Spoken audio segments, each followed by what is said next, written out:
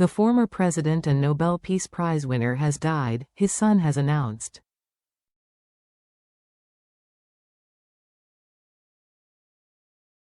Jimmy Carter, the peanut farmer turned politician who rose to become the 39th President of the United States, has died at the age of 100.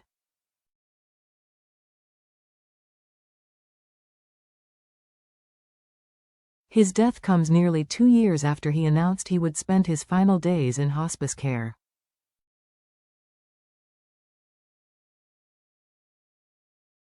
The Nobel Peace Prize-winning Democrat, known as much for his post-presidential philanthropy as his time in the White House, passed away in his hometown of Plains, Georgia.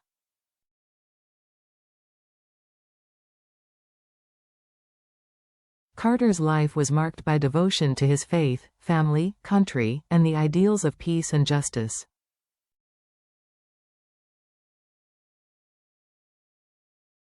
His son, Chip Carter, said, "My father was a hero, not only to me but to everyone who believes in peace, human rights and unselfish love."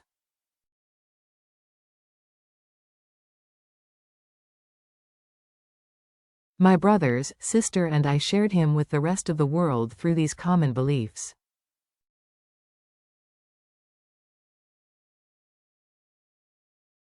The world is our family because of the way he brought people together, and we thank you for honoring his memory by continuing to live these shared beliefs.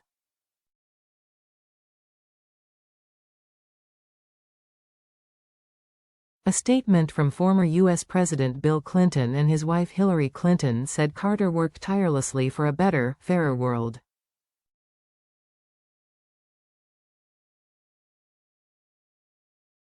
A rare figure in U.S. history, Carter was the first president to live to 100.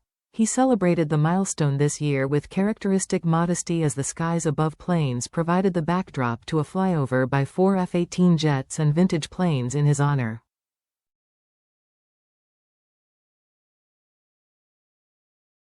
Rosalynn Carter, his partner and First Lady, was by his side for 77 years.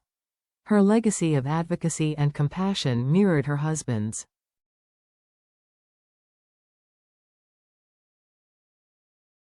Her death on November 19, 2023, at the age of 96, deeply affected the former president, but the enduring love between the two was a source of comfort in his final weeks.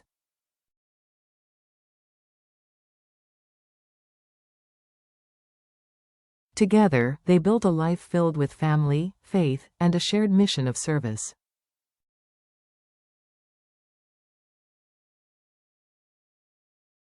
Carter, always devoted, remained her constant companion, just as she had been his through decades of triumphs and trials.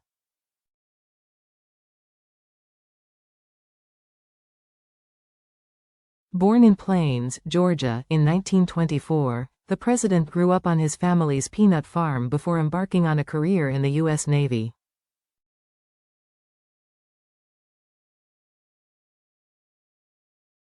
His quiet determination led him into politics, and in 1976, he defeated Gerald Ford to become the 39th President of the United States.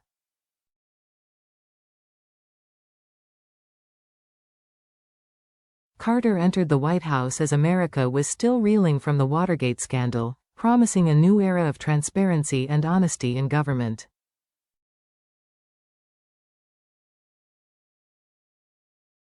While his single term was overshadowed by an oil crisis and the Iran hostage debacle, his emphasis on human rights and diplomacy left a lasting impression.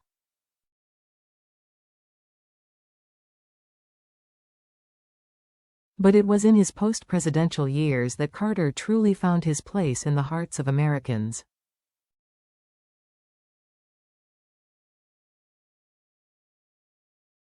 A tireless advocate for global health, democracy, and housing, he founded the Carter Center in 1982, which became a beacon of humanitarian work worldwide.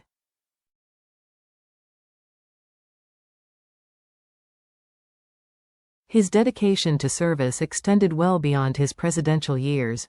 Long after leaving office, he could be found wielding a hammer for Habitat for Humanity, building homes for those in need.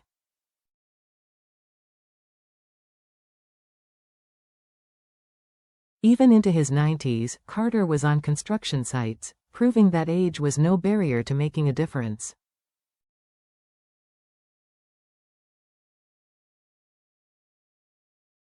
In 2015, Carter was diagnosed with metastatic melanoma that had spread to his liver and brain.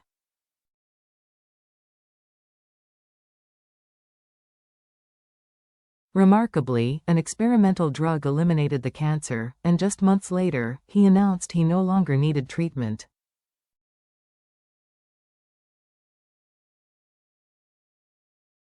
By 2019, at the age of 95, he was back building homes in Nashville, showing the same resilience that defined his entire life.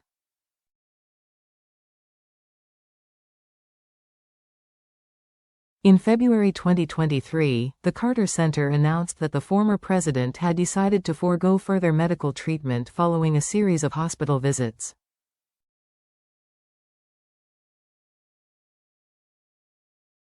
Instead, he returned home to Plains, where he could spend his final days in peace.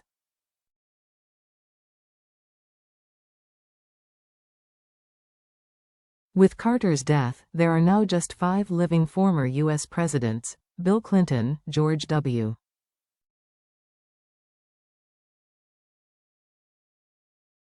Bush, Barack Obama, Donald Trump, and Joe Biden.